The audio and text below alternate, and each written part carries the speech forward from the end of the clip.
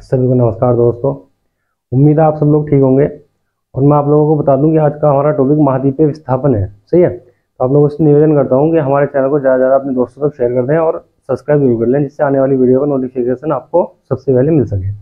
दोस्तों मैं आपको बता दूं कि ये क्लास हमारी नेट JRF और TGT PGT के एग्जाम में खास करके काम करेगी। लेकिन आपको क्या करना है, जो भी एग्जाम दे रहे हैं उसका आपको सिलेबस साथ में रखना है, पास में रखना है और उसी के आधार पर पढ़ते जाना है। सही है, तो सबसे पहले हम बात करते हैं आज महाद्वीपीय विस्थापन की। तो दोस्तों इसमें हमें क्या क्या पढ़ना है, महाद्वीपीय विस्थापन में हमें क्या क्या पढ़ना है। पहले तो हमें इसमें पढ़ना है महाद्वीपीय प्रवाह परिकल्पना।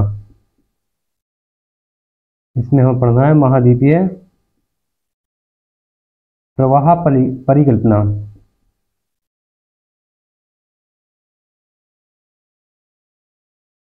और इसमें फिर हमें क्या पढ़ना है, दूसरा हमें इसमें पढ़ना है महाद्वीपीय प्रवाह सिद्धांत। महाद्वीपीय प्रवाह सिद्धांत है ना। तो ये दोनों अलग अलग हैं दोस्तों, परिकल्पना और सिद्धांत। सिद्धांत वो होता है जो सिद्ध हो चुका होता है, सही है ना, कि हाँ ऐसा कंफर्म था, ठीक है, वो है सिद्धांत। और परिकल्पना होती है ऐसा हुआ होगा, सही ना। तो परिकल्पना, महाद्वीपीय परिकल्पना जो है ये किसने दी थी, ये दी थी FB टेलर ने। FB टेलर ने। और सिद्धांत किसने दिया था, ये दिया था अल्फ्रेड वेगनर ने।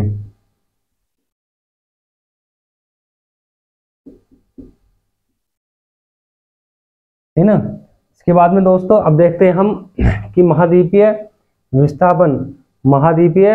विस्थापन का जो सिद्धांत है उसका प्रतिपादन किसने किया था। तो एक थे एंटोनियो स्नाइडर।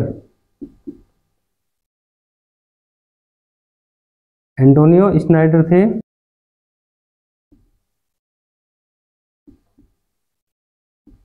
एंटोनियो स्नाइडर दोस्तों फ्रांस के रहने वाले थे।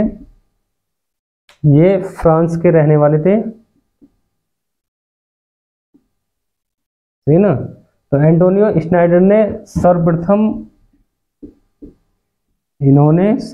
सबसे पहले 1858 में महाद्वीपीय विस्थापन का प्रतिपादन किया था। महाद्वीपीय विस्थापन का प्रतिपादन।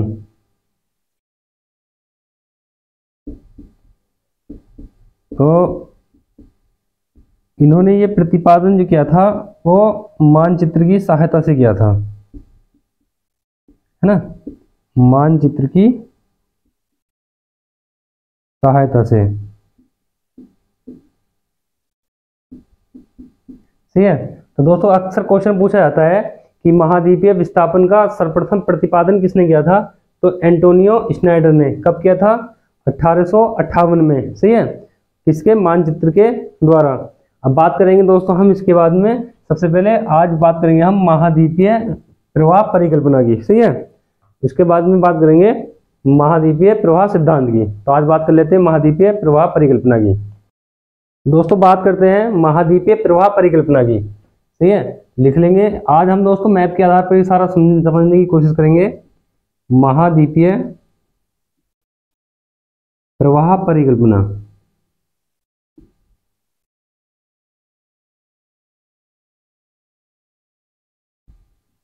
महाद्वीपीय प्रवाह परिकल्पना ये FB टेलर द्वारा दी गई थी। FB टेलर द्वारा दी गई, ठीक है ना। और FB टेलर दोस्तों ये USA के भूवैज्ञानिक थे। USA के भूवैज्ञानिक। अक्सर ये क्वेश्चन पूछा जाता है कि ये कहाँ के रहने वाले थे। विद्वानों का नाम दे दिया जाता है और पूछा जाता है कहाँ के रहने वाले थे और ये क्या थे। मतलब जैसे ये भूवैज्ञानिक थे तो इस प्रकार से पूछा जाता है कि ये क्या थे। अब FB टेलर ने इसको कब दिया था, 1908 में ये परिकल्पना दी। 1908 में यह परिकल्पना थी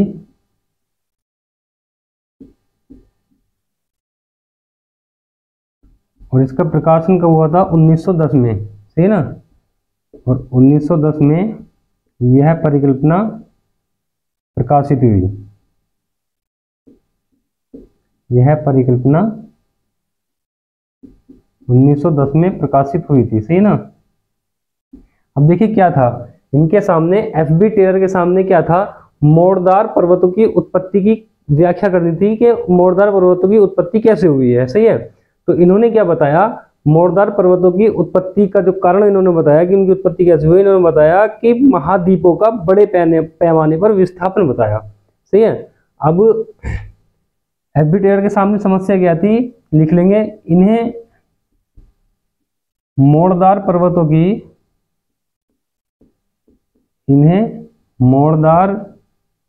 की व्याख्या करनी थी। मोड़दार पर्वतों की उत्पत्ति की व्याख्या करनी थी।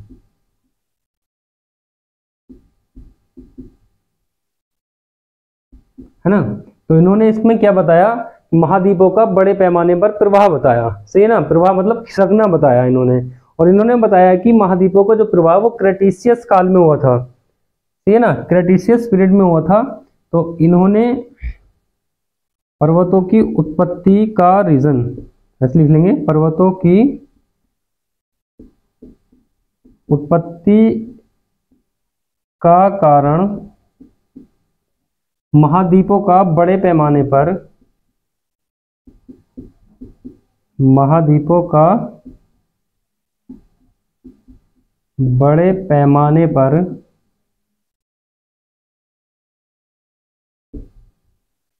विस्थापन या खिसकाव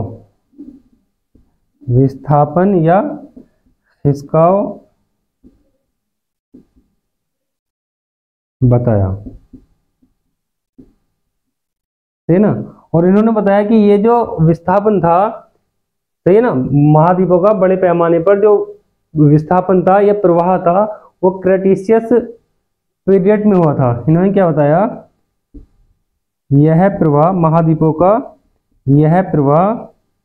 क्रेटिशियस पीरियड में, यह प्रवाह क्रेटिशियस पीरियड में हुआ था।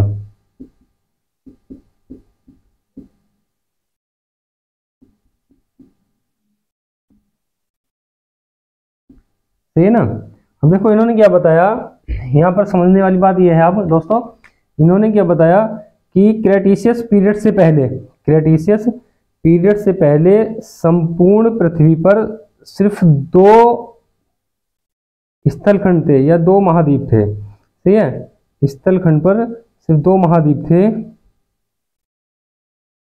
कौन कौन से महाद्वीप थे?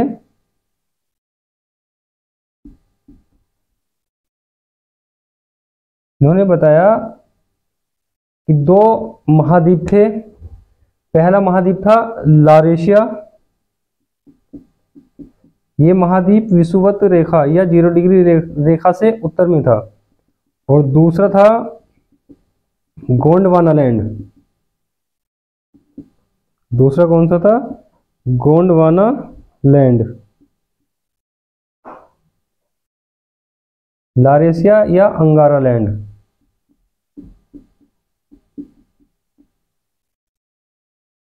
ठीक है ना। तो एफबी टेलर ने बताया दोस्तों कि क्रेटिशियस पीरियड से पहले संपूर्ण पृथ्वी पर सिर्फ दो महाद्वीप थे।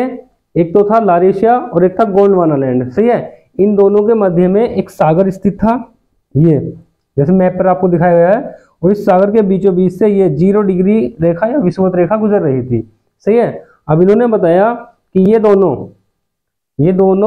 गोंडवाना लैंड और अंगारा लैंड या लारेशिया, ये दोनों महाद्वीप विषुवत रेखा की ओर प्रवाह शुरू हुआ, सही है। ऐसे लिख लेंगे कि अंगारा लैंड या लारेशिया तथा गोंडवाना लैंड का विषुवत रेखा की तरफ प्रवाह शुरू हुआ ज्वारीय बल के प्रभाव से, सही है। तो ऐसे लिखेंगे हम, ज्वारीय बल के प्रभाव से, ज्वारीय बल के प्रभाव से लारेशिया,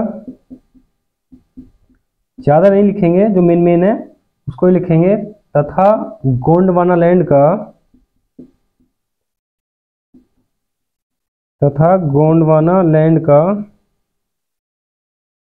विषुवत रेखा की ओर,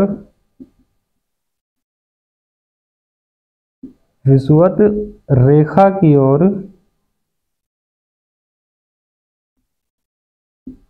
प्रभाव हुआ, यानी कि ये इसकी तरफ खिसकने शुरू हुए, है ना।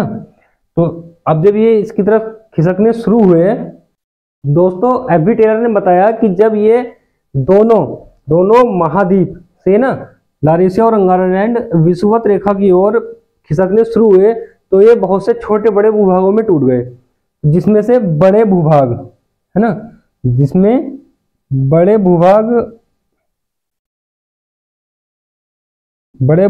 को क्या कहा गया, बड़े भूभाग महाद्वीप कहलाए, और छोटे भूभाग, है ना, और छोटे भूभाग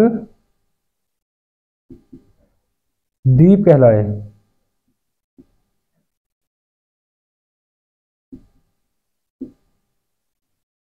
सही है।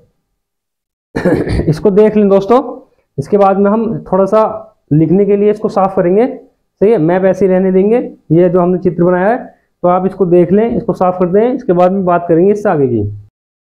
फिर दोस्तों इन्होंने बताया, एफबी टेलर ने, कि जब ये महाद्वीप विषुवत रेखा की ओर खिसक रहे थे, है ना, इस प्रकार से ये इधर और ये इधर विषुवत रेखा की ओर ये दोनों खिसक रहे थे, तो सीमा का स्याल पर घर्षण बल लगा। सही है ना। जब ये महाद्वीप, हम लिख लेंगे कि जब, इसे लिखेंगे, जब ये महाद्वीप विषुवत रेखा की ओर खिसक रहे थे,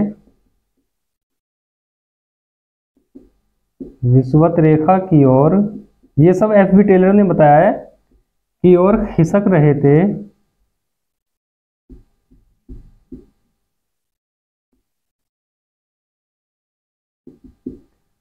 तो सीमा का स्याल पर घर्षण बल लगा, तो सीमा का स्याल पर घर्षण बल लगा।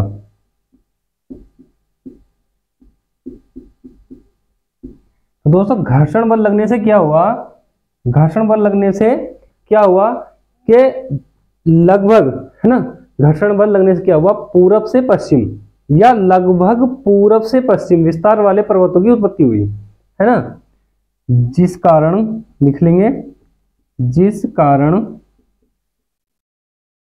या जिसके प्रभाव से, इस प्रकार से लिख सकते हैं, जिस कारण पूरब से पश्चिम, पूरब से पश्चिम या लगभग पूरब से पश्चिम, या लगभग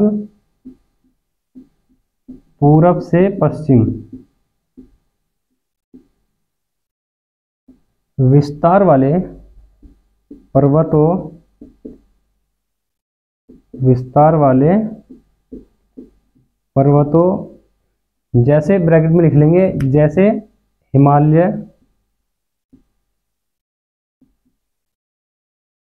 काकेशस, आल्प्स,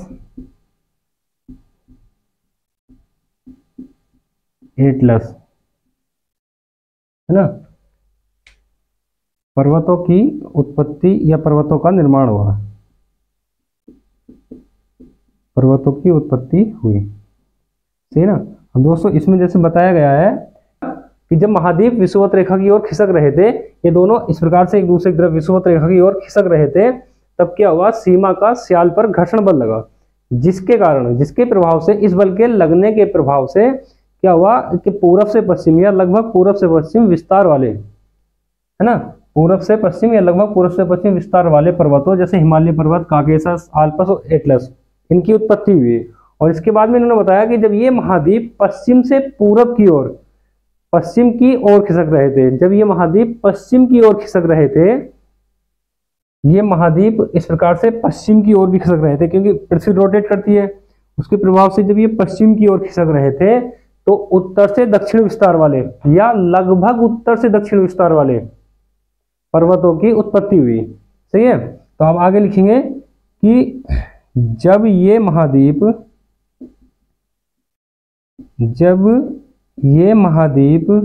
पश्चिम की ओर खिसक रहे थे या पश्चिम दिशा में खिसक रहे थे, पश्चिम की ओर खिसक रहे थे,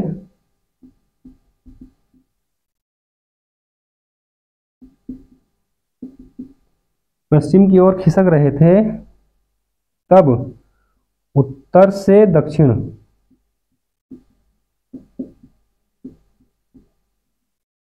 या लगभग उत्तर से दक्षिण या लगभग उत्तर से दक्षिण विस्तार वाले पर्वतों का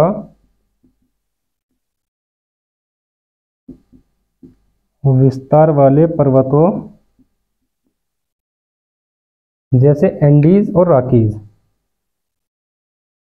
जैसे एंडीज तथा रॉकीज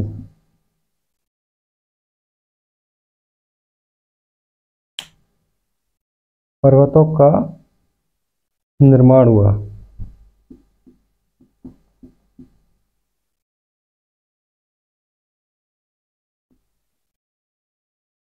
ठीक है। तो दोस्तों ये हमने आज देखा है महाद्वीपीय प्रवाह परिकल्पना को।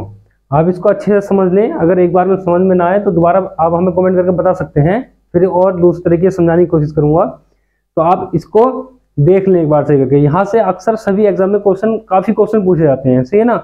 हर एग्जाम में आपको यहाँ से क्वेश्चन मिल जाएंगे। अब क्या हुआ कि इसकी आलोचना की गई। एफ.बी. टेलर ने जो ये परिकल्पना दी थी, इसकी आलोचना की गई। और इसकी आलोचना करने वालों में कौन थे? तो इनकी आलोचना करने वालों में थे अल्फ्रेड वेगनर।